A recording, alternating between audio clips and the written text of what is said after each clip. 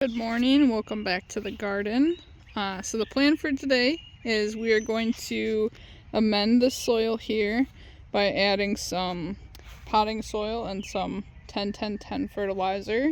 After that's done, we can do some spacing for the cherry tomato plant, the early girl tomato plant, and then I've got 3 Roma tomatoes that I want to plant in here, and actually 6 Roma tomatoes. And I might not be able to get them all in there, but we'll see what happens as we get closer. I believe they all want to be about 24 to 36 inches apart. So that's the plan for today. The strawberries are looking good. Got this yesterday. Had to pick quite a bit of dead stuff out of there. And there was some that were touching each other and they started to rot. But after I picked out some of the bad ones, they're already looking this plant is already just looking a lot better. So that's the update for today, and we will go ahead and start doing the dirt here pretty soon.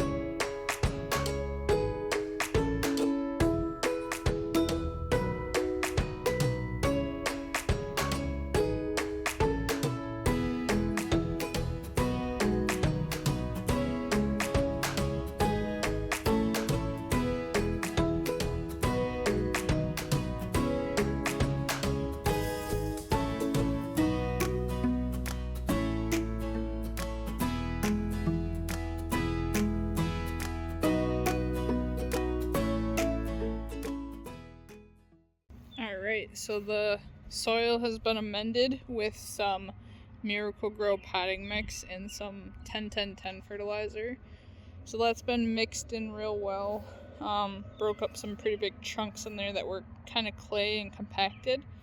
So now the next step is I'm just going to measure out how far apart I want my tomato plants. The tomato plants are right here. We've got an early girl and a cherry tomato blend, and then these are the Romas.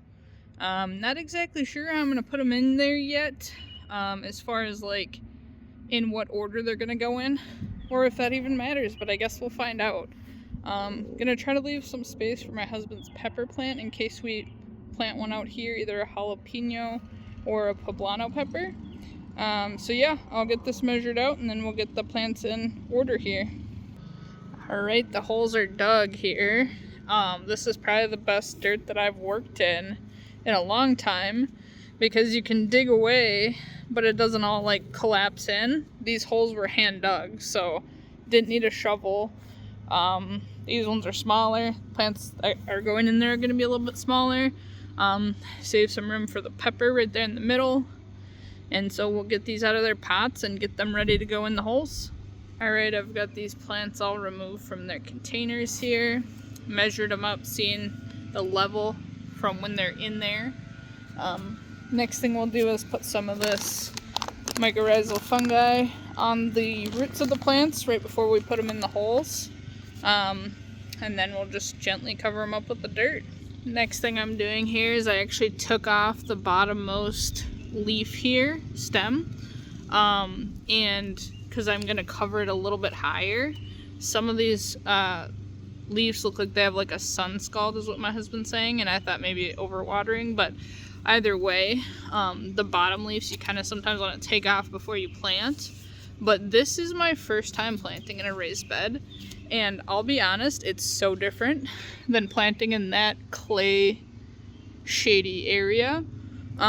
It's like night and day difference. I feel like I'm like pretend planting or something, because it's so much easier than digging in the ground and clay and pulling up roots and rocks and stuff. So far I'm a fan of this raised bed gardening style. It's made it a lot easier so far.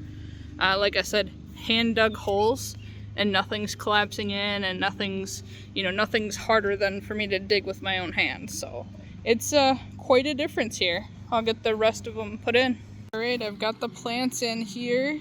So we've got 2 romas, a cherry tomato, and an early girl.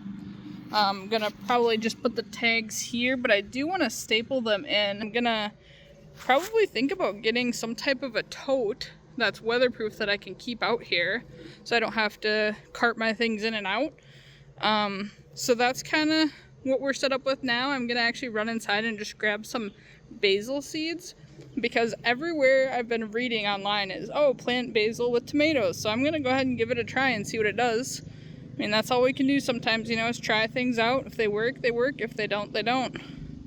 Another beautiful thing about gardening is everyone kind of has their own style. So I'm just going to kind of go with what I feel is right. Try some things out, maybe fail, but also probably succeed somewhere too. Alrighty, I've had these basil seeds for a few years now, so we'll see what they do. It says to have 1/4 inch of fine soil. So I'm just going to sprinkle these and then just kind of rub them in there. So we're going to try that out, see how that works. Alright, so I've got the basil spread on there, just around the tomato plants. Hopefully it'll keep the weeds down. One thing to note is this basil pack, the seeds are very small, and I was just kind of pouring them over there. So that's a whole bag. And I didn't get to that side, so I'd either have to pick up some more basil or just, try those without it. We'll see how it works. So that's the Roma tomatoes and the cherry tomatoes and the early girl. So that's what we're working with here. I didn't water these a whole lot, and I don't want to because it is supposed to rain tonight, if the reports are right. But I also feel that the temperature did drop today, and something just tells me that it's going to rain tonight. So I'm not going to go crazy on this. We'll always assess it in the morning if it doesn't rain. One thing that I am going to do though is I've got this water left in here, and put a little bit of it on these beans since they're direct, so they can take a lot of water. But the rest of it I'm actually just going to dump out. Leave it right next to where my tomatoes are. If it rains tomorrow, I'll be able to see if it rained. That would be a cool idea. Rain gauge water pot, not a bad idea. But yeah, so we've got those in, and I'm done for the day. Brought the wagon in, and so pick up the rest of my tools and I'll be on my way. See you guys.